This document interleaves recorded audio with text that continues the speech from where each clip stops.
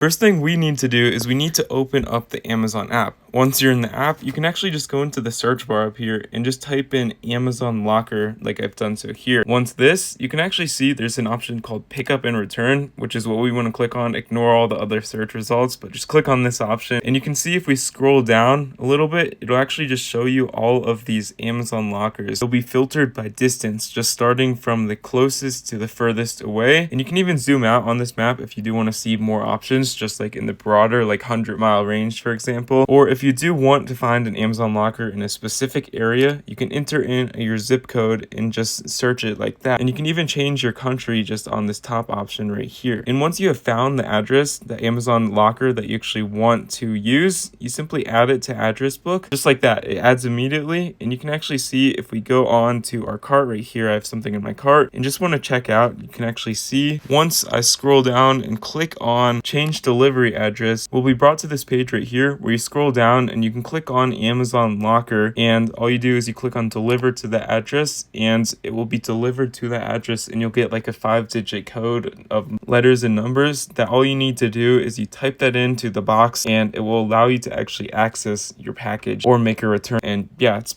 really dang easy to use, but that's literally it. Hope you found this helpful.